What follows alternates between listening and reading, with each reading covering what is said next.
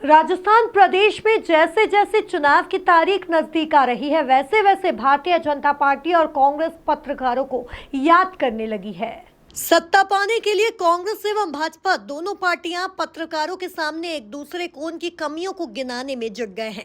शनिवार को भाजपा के प्रदेश अध्यक्ष सीपी जोशी ने जोधपुर में प्रेस वार्ता कर गहलोत सरकार की नीतियों को जमकर नोचा।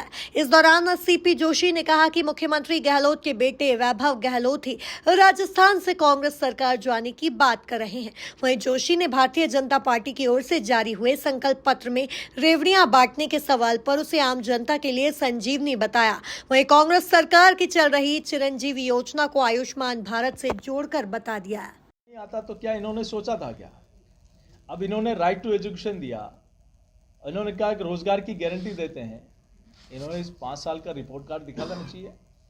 आज रोजगार केंद्र सरकार, मनरेगा योजना, चाहे पेंशन योजना भारत सरकार की, इन योजनाओं को अपना बताकर पब्लिक में जाना, लेकिन जनता सब जानती है ये कल्याण के काम मोदी सरकार आने के बाद शुरू है। तो ये आपका दायरा क्या रहेगा? बीपीएल परिवार रहेगा या उसके आगे भी बढ़ेगा आपका दायरा? उज्ज्वला के लाभार्थी जितने हैं उनको 450 में दिया जाएगा। सर, ओटीएस और चिरंजीवी पे क्या स्टैंड रहेगा?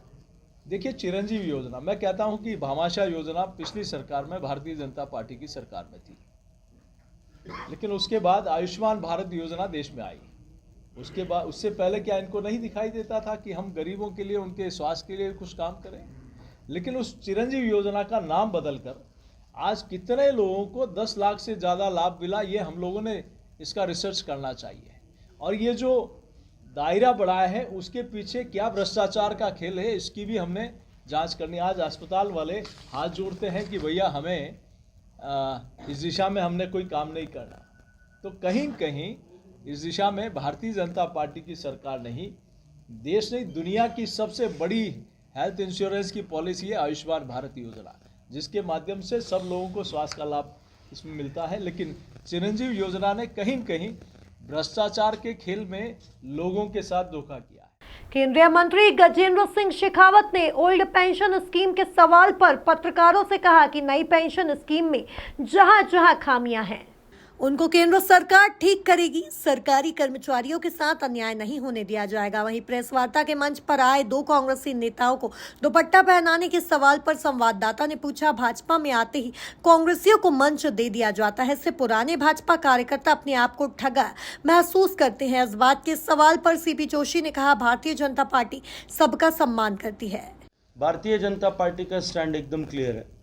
ये जो ओल्ड पेंशन स्कीम को लेकर के जिस तरह की चर्चा, चिंता लोगों के बीच में आई है और कहीं कोई विसंगतियां कैसे हो सकती हैं, क्योंकि 2004 में जो लोग, 2014 में जो लोग नौकरी में आए थे, अभी तक उनमें से रिटायर होना शुरू नहीं हुआ कि उनके, मेरी बात पूरी सुन लो, बीच में मत डिस्टर्ब करो, उनकी पेंशनेबल एज अभी नहीं हुई है। राजस्थान में जो लोग 2014 के बाद में एक सरकारी योजना में प्राइवेट स्कूल में काम करने वाले टीचर समायोजित हुए थे, अब उनके समायोजन के कारण से उनकी पेंशनेबल एज नहीं थी और उनके समायोजन के समय ही उसमें लिखा गया था कि वो किसी तरह भी पेंशन बेनिफिट्स के हकदार नहीं होंगे। उनका केवल जो है रिटायरमेंट हुआ और उनके ग्रेच्युटी पेपर्स को दिखा करके इसको ऐसा वायुमंडल बनाया गया कि कर्मचारियों को नुकसान हो रहा है।